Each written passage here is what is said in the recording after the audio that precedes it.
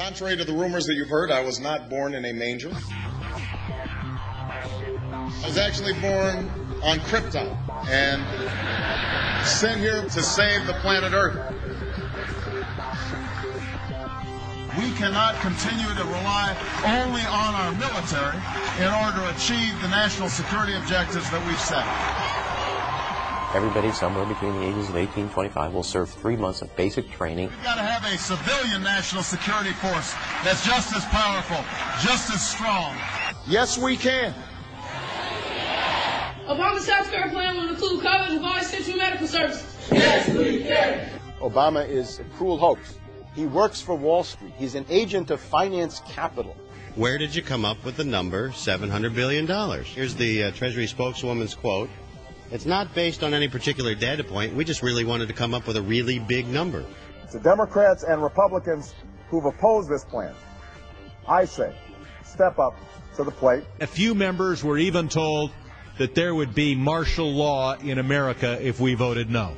Secretary Henry Paulson is no George Washington. I don't think anyone questions, Mr. Kashkari, that you're working hard. Our question is who you're working for. Obama pledged that he would resume the Security and Prosperity Partnership talks between Mexico and Canada that President Bush initiated.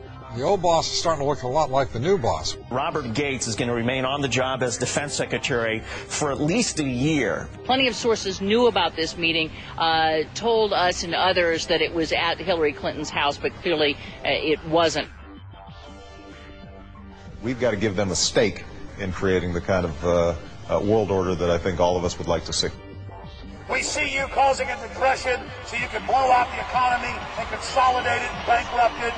We know that you are enemies of free humanity, and we are here standing against your tyranny.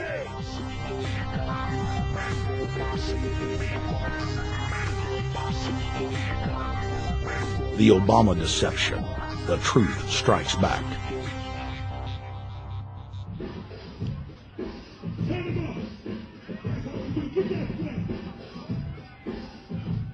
Barack is like the manager of Burger King. All presidents are, including Bush. It's like this. When your fries are cold, if your burger is not done right, you go back to Burger King, America, or your government, and you say, my burger's cold. I want new fries. First, you go to the cashier. That's the courts. You argue to the courts.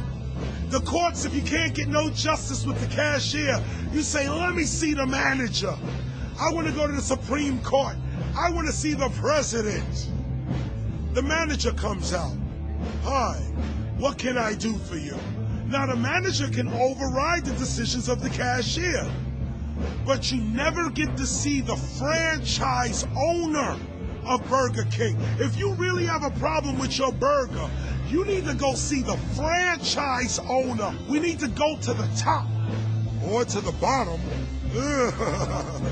We need to go to where the real architecture of government is. And it's not in a president. It's in a global scheme. Politics in America today is identical to pro wrestling. And what I mean by that is, in front of the cameras and the public, we all hate each other. I'm going to kick my opponent's butt. I'm going to whale him from here to high water and beat the crap out of him. Yet behind the scenes, we all are friends going out to dinner. Went to dinner together. And it's all a work. All intermarried. Show business. It's showbiz. And that's what you have today in politics. The Democrats and Republicans aren't really opposed to each other. Left and right mean nothing. The only thing that counts is, are you working for Wall Street or are you trying to defend the people against the financiers? It's pretty obvious that there's some gigantic financial institutions that have been pulling the strings of politicians in this country for a long time. And there's the fact that we have it set up where they can donate millions of dollars to these guys' funds, these guys' campaigns. I mean, how do we not expect it all to go bad? America in 2009 was desperate for change. The past 8 years had been a disaster. Those weapons of mass destruction got to be somewhere. Maybe under here.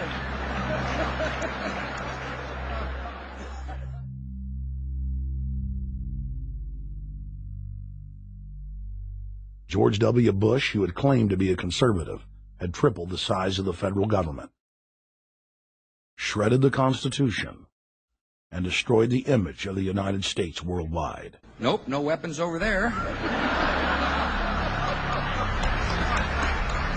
Endless wars, over 1 million dead Iraqis, and more than 5,000 dead U.S. troops. The Patriot Act, warrantless domestic wiretapping and spying, the end of Posse Comitatus, the rise of the treasonous North American Union, a deepening recession sliding towards total economic collapse. These factors and other abuses had the American people in a state of panic for their future and the very existence of the United States. The elite were in trouble. The people were beginning to see through their facade, past their front man, and to the ruling elite behind the throne. For the first time in U.S. history, both parties were universally hated. Congress had a 9% approval rating. The globalist agenda had stalled. And then, onto the scene came a man who promised change. Change we could all believe in. Barack H. Obama promised to end the war and bring our troops home fast. He pledged to uphold the Constitution and to stop the federal government from spying on the American people. Candidate Obama told American workers that he was going to get them out of NAFTA and GATT, and he's already breaking those promises. In this film, we will prove that Obama says one thing and does another, and that he works for the very same elite interests that Bush served, the very interest engineering the financial collapse and formation of a dictatorial world government. This film is not about left or right. It is nonpartisan. Hard pass documentary films are among some of the most damning indictments of George W. Bush and his administration that have ever been made. If humanity has any hope of effecting real change for the better, it will not come from the Madison Avenue false reality makers who have cast Barack Obama as the savior of the world.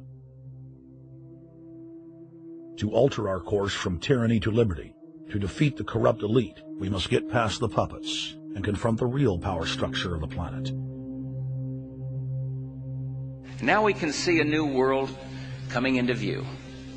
A world in which there is the very real prospect of a new world order. Webster Griffin Tarpley is an accomplished geopolitical analyst and historian. Among his scholarly works are the unauthorized biographies of George Herbert Walker Bush and Barack Hussein Obama. Since Bush the elder made his speech at the United Nations back in September of 1990 talking about the New World Order, I think I've become confused about what's actually going on in the world. The New World Order is a more palatable name for the Anglo-American world empire. It's the planetary domination of London, New York, Washington over the rest of the world.